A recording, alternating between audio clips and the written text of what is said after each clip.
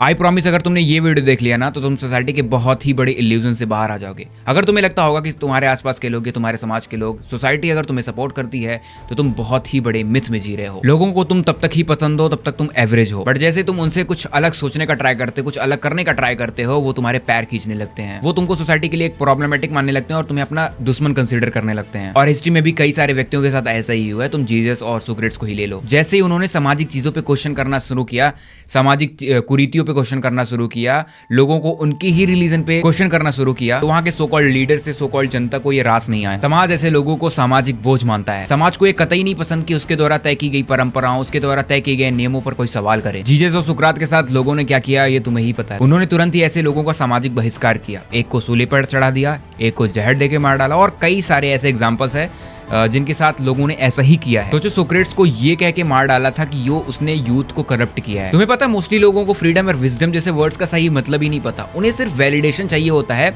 कि लोग उन्हें समाज में, मोहल्ले में, गली मोहल्ले में अच्छा सभ्य माने। और यही तो ट्रैप है जहां पे 95% मिडिल क्लास के लोग फंस जाते हैं और बचे जो 5% लोग, उन्होंने वो एलिट क्लास कहलाते हैं और वही तो एक्चुअल कंट्रोलर होते हैं। तुम्हें पता है मिडिल क्लास लोगों का एक फेवरेट वर्ड होता है सेफ। उन्हें सेफ जॉब चाहिए, सेफ सैलरी चाहिए, सेफ लाइफ चाहिए। और जिंदगी जितना ज्यादा सेफ होगी तुम्हारा दिमाग सोचना बंद कर देगा। और यही तो सोसाइटी को चाहिए। तुम सोचना बंद करो, उसके सोशल नॉर्म्स को फॉलो करो, उसके द्वारा तय की गई चीजों को फॉलो करो। इसीलिए तो मिडिल क्लास के लोग मेहनती होते हैं बट स्मार्ट नहीं होते, और जो स्मार्ट होते हैं वो इस ट्रैप से तुरंत एस्केप कर जाते हैं। तुम्हें ये सोच के बहुत ही हैरानी होगी कि तुम्हें समाज के द्वारा एक गिल्ट पैदा करके तुम्हारे अंदर तुम्हें मैनिपुलेट किया जाता है, तुम्हें समाज का हिस्सा बनाए रखने के लिए, तुम्हें इस भीड़ का हिस्सा बनाए रखने के लिए। इसको इस बात से समझो कि सपोज तुम एक कारपोरेट जॉब में हो जिसमें तुम बिल्कुल भी खुश नहीं हो और तुम उसे क्विट करने की सोच रहे हो और खुद का कुछ स्टार्ट करने की सोच रहे हो, तो तुम्हारे आसपास के लोगों को ये बात सहन नहीं होगी। वो तुम्हें गिल्ट में डालना स्टार्ट करेंगे कि अगर तुमने ऐसा रिस्क लिया तो तुम्हारे पेरेंट्स का क्या,